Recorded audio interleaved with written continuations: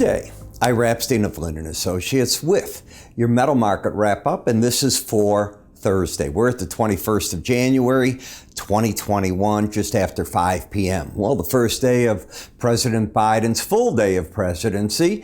Signed a few more orders. We'll see what goes on. It's interesting to watch like a Dr. Fauci come on and talk about how liberating it is under this administration. Not sure what that exactly means, but my guess is that he felt that President Trump didn't want certain things said. You know, if you went against President Trump, you had a problem.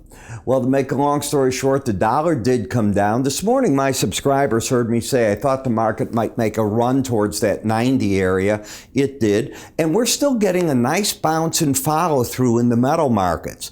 Now, it's a combination of more spending bills about to come. It's a combination of wondering what's going to prop the dollar up if we're spending all that money. I understand Janet Yellen could be confirmed by the Senate as early as tomorrow. That would be great. At least we would know who's running the Treasury, and she's more than capable. When you take a look at Bitcoin, a monster break. This market was just pushing $43,000. You're down to 31. So the new traders in it, those people that think when they hear this going to 500,000, maybe it is, but now you got an $11,000 loss. How does that feel? That becomes the problem in markets like this. All right, when we look at gold, remember what I told you. If the market bounces, the first area it's going to encounter resistance will be the red line, which is the 18-week moving average of closes, and this is just a weekly chart. So the market is up 2.2% for the week going into Friday, up $40, and we're $3 away from knocking on that 18-week average of closes.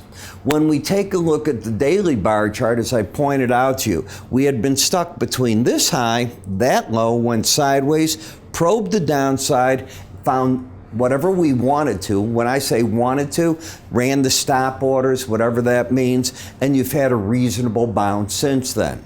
The pattern is one of a lower low and now a higher high. In other words, you're not in a downtrend. The resistance is the 18-day average of closes, 1876.90. I've done my best to explain to you that a lot of traders look at a 200-day moving average as a value average. That does not mean the market has to stop at that number, but it often respects it. It doesn't have, in my opinion, the same impact that an 18-day average does on daily trading, but it's certainly a very important long-term average, probably the most important for a lot of traders, and we'll see if the market can stay over it or not. When we take a look at Bollinger Bands, you hit the lower band, you bounced away. Just think of this like, hey, it's cootie time. Whoa, get me back up there. Remember that word cooties when I did when I grew up as a kid? Same thing, you hit it, bang, right back down. And that's because only 5% of the time do you stay over a Bollinger Band. That doesn't mean you can't run and push it higher the band, but staying it day after day over or under it isn't going to happen. When you look at the gold market in terms of slow stochastics, we have now corrected, past tense, corrected an oversold condition as both numbers are now over 30. So we have no trend. The resistance, 1876. Market has been respecting the lower Bollinger Bands, and momentum is pushing up towards a neutral territory.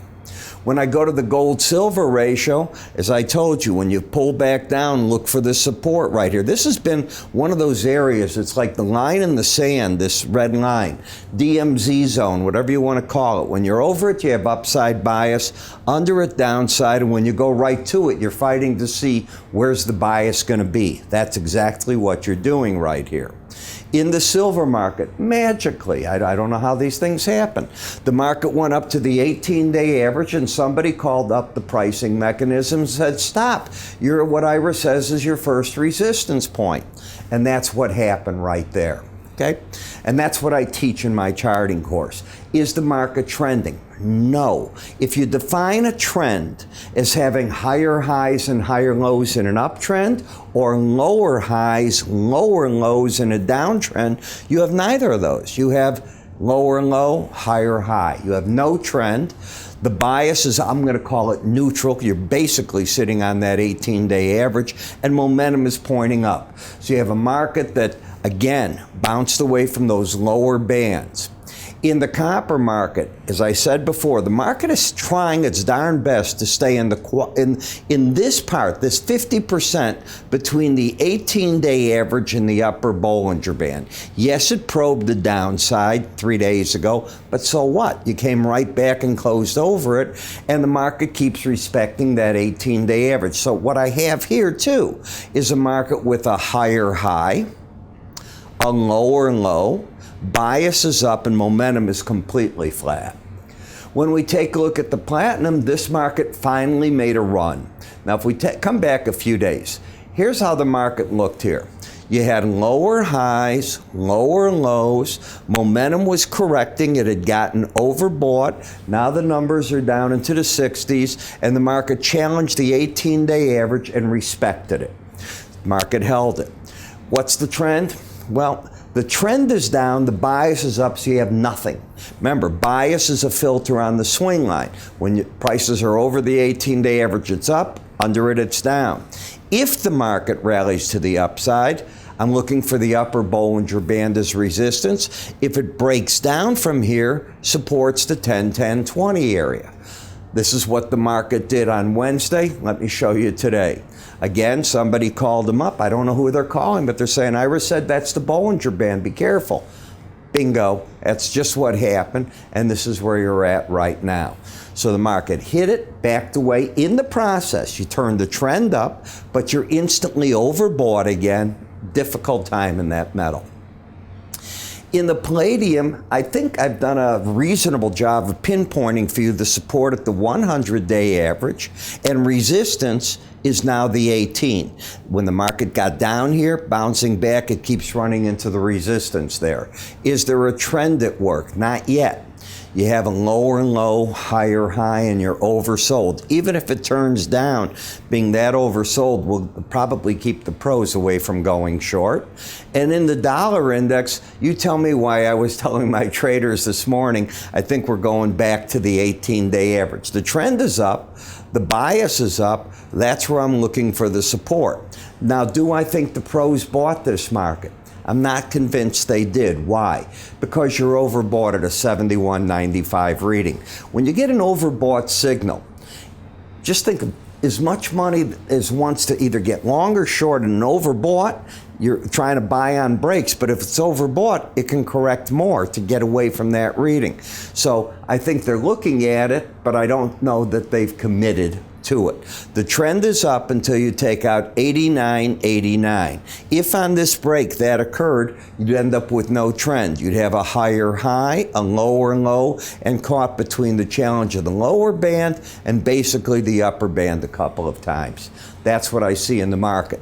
Longer term, I'm still in the bear dollar camp, but I talk about that on my weekend shows. And bringing that up, one of the things I do is each Saturday, I move over to just weekly charts for my subscribers. So that's where we get the idea of the longer term. I realize a lot of you don't want the in and out trading. Others love it, and that's why we get the subscribers for the daily videos. It's not day trading, it's swing trading. But the weekly chart doesn't call for a swing trade. It's a longer term vehicle. So what I do there is I'm going to bring up the weekly charts for it. You get to see the trends with it.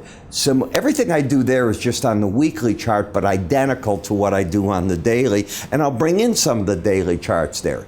You can view the video with our free app. You can view it on our website. You can watch it, obviously, on any of your tablets or your PCs. So many ways to do it. Whenever I put out the video, by the way, if you just download our free mobile app, I want to use the word free. Free, nothing you have to do for there. When I put it out, it'll pop up on your screen. Oh, Ira's video is ready to view. You can either watch it on your phones, your mobile phones, or you can go to a bigger screen and watch it there. The point is, I try to save you money by not sending out texts. I think that it's so much simpler to do a push. And on the push, you can look at it. You can say, oh, where's the quotes anyways? You can see all the quotes, what's going on. Pretty neat little tool. How do you get all this? Folks, it is inexpensive. I cover the markets in detail. Monday through Friday, you get a video that's about 20 minutes long each morning. I cover all these markets. Think of the price of a cup of coffee. They're going to open the coffee shops now that we got the COVID going on, and you've been into Starbucks, Pete's, all the top brands all over the country. What does it typically run? About $7 when you're done with it. $7.95 for the first 30 days. How do you get it? Go to my website, www.iraepstein.com. Under the word research, go up there. Everything is explained, all our programs. You can go monthly. You can convert from monthly to yearly at any point that you'd want. You can add more features. We've got a whole host of vehicles for you.